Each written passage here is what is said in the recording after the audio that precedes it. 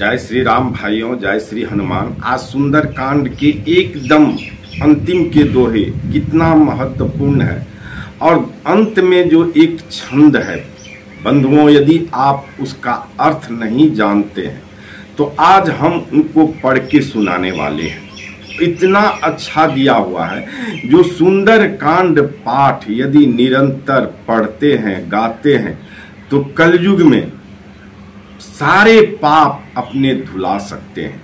गोस्वामी तुलसीदास जी महाराज सुंदर कांड पाठ में ऐसे उस पाठ को वर्णन किया है और उसमें श्री हनुमान जी के यदि आप भक्त हैं तो सुंदर कांड पाठ निरंतर गाइए, पढ़िए, पाठ कीजिए, सुनाइए। सुनाने से फल भी होता है और सुनने से भी होता है। तो बंधुओं, निरंतर इस पाठ को जितना हो सके जरूर कीजिए और सुनिए और सुनाइए। तीनों में आपको फल है, सुनाने से भी, सुनने से भी और क्या कहता पाठ करने से भी। सुनाइए तो भी फल पाइए, सुनिए तो भी फल पाइए, पाठ कीजिए तो भी फल पाइए। और सुंदरकांड पाठ यदि आप अपने घर में करते हैं तो श्री हनुमान जी की कृपा, बालाजी की कृपा आपके घर पर, आपके पूरे परिवार पर और आप पर तो होंगे ही, निश्चित रूप से बंधुओं होते हैं। सुंदरकांड पाठ, हनुमान चालीसा पाठ इतना पावरफुल है ये दोनों पाठ। जो हनुमान जी यदि खुश होते हैं तो जब आप देखिए क्या कहता है, जब हम सुंदरकांड में है, राम राम ति सुमिरन किन्हा हृदय हरस कपि सज्जन चिन्हा। यानी हनुमान जी, कपि मने मतलब होता बंदर, हनुमान जी किसको हृदय हरस कपि सज्जन चिन्हा, किसको पहचाने? विभीषण महाराज को, क्योंकि वह सोते उठते बैठते राम राम जपते थे और रात्रि के निंद्रा में राम राम का सुमिरन उनके मुखों से हुआ। उसकी वाणी को कौन सुने? श्री हनुमान जी, बालाजी हनुमान जी। तो हनुमान जी की सुनते ही उनको क्या कहे, लंका निश्चर निकर निवासा, यहाँ कहाँ सज्जन करवासा। उस सज्जन को श्री हनुमान जी खोजते खोजते पहुंच गए और वहां गए तो कौन सा, माने अपना रूप धारण किए, ब्राह्मण का रूप धारण किए और ब्राह्मण के भेष में जाकर के विभीषण महाराज जी से मिले। तो बंधुओं चलिए अभी इस कथा को आगे सुनाने जा रहा हूं इसी प्रसंग में, और आपको सुनाएंगे जो कलयुग में सुंदरकांड के पाठ करने से आपके कलयुग के समस्त पापों का हरण होता है। और कुछ गूढ़ बातें हैं जो मैं पढ़ करके आज आप लोगों को सुनाऊंगा। सुनाने से पहले मैं ब्रजेश पाठक आप तमाम श्रोतागण बंधुओं का अपने YouTube चैनल पर हार्दिक स्वागत करता हूं और एक निवेदन करता हूं बंधुओं कि पहली बार यदि चैनल पर आए हैं, विजिट किए हैं तो कृपया करके चैनल को सब्सक्राइब कर लें और बेल आइकन को प्रेस करके ऑल पर सेट कर लें और कमेंट में प्रभु श्री राम का नाम, जय श्री राम अवश्य लिखिएगा, जिससे यह कथा सुनने से प्रभु श्री राम आप पर कृपा करें, श्री हनुमान जी कष्ट हरे। जय जय श्री राम, जय जय सीताराम। चलिए शुरू करते हैं बंधुओं। तो अंतिम में जो हम बोले हैं सुंदर कांड की पाठ की जो ये कथा है, यह प्रसंग है, अंतिम में इतना अच्छा दिया हुआ है बंधुओं, यदि आप ध्यान से सुनिएगा। मैं पढ़ने जा रहा हूं, एक छंद है।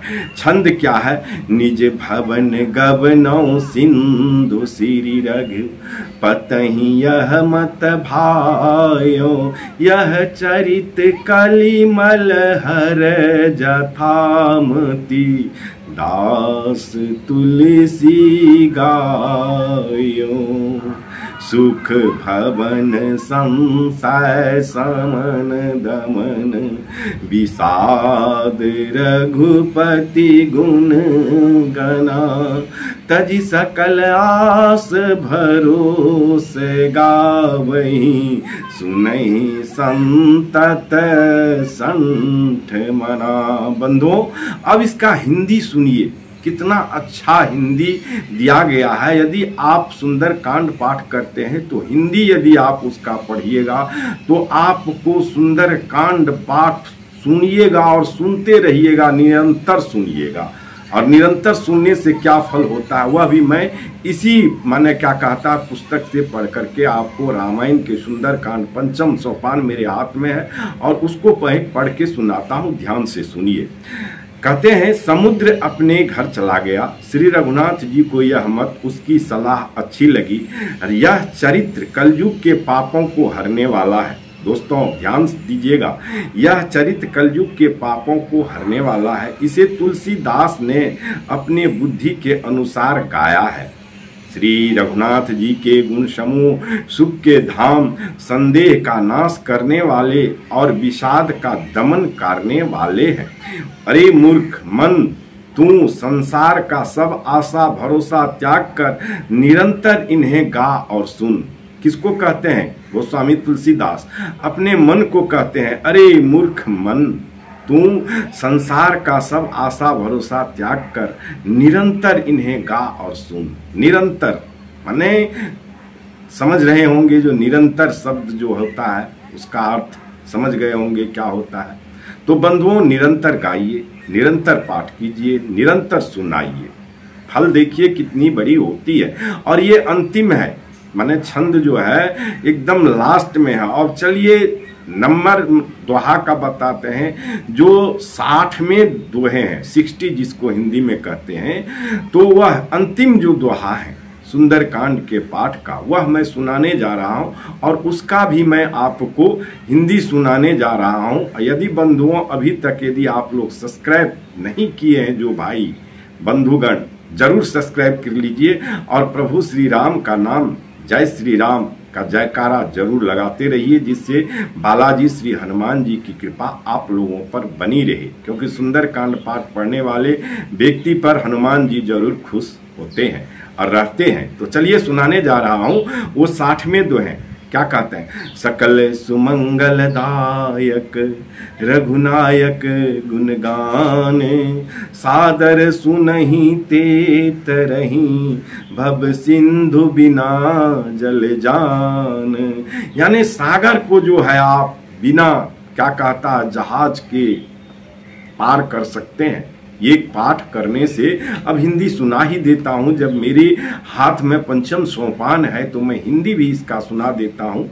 श्री रघुनाथ जी का गुणगान संपूर्ण सुंदर मंगलों का देने वाला है। जो इसे आदर सहित सुनेंगे, सुनिए बंधुओं क्या कर रहे हैं, जो इसे आदर सहित सुनेंगे वे बिना किसी जहाज अन्य साधन के ही भवसागर को तर जाएंगे, भवसागर को तर जाएंगे।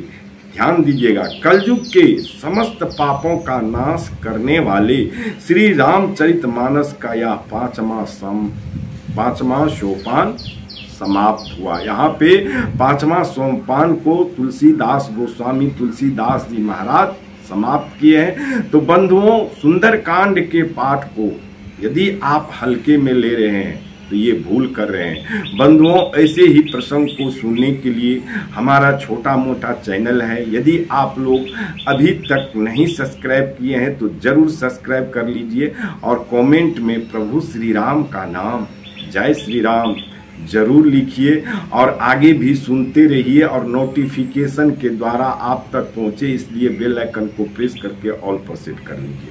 जय जय श्री राम, जय जय सीताराम।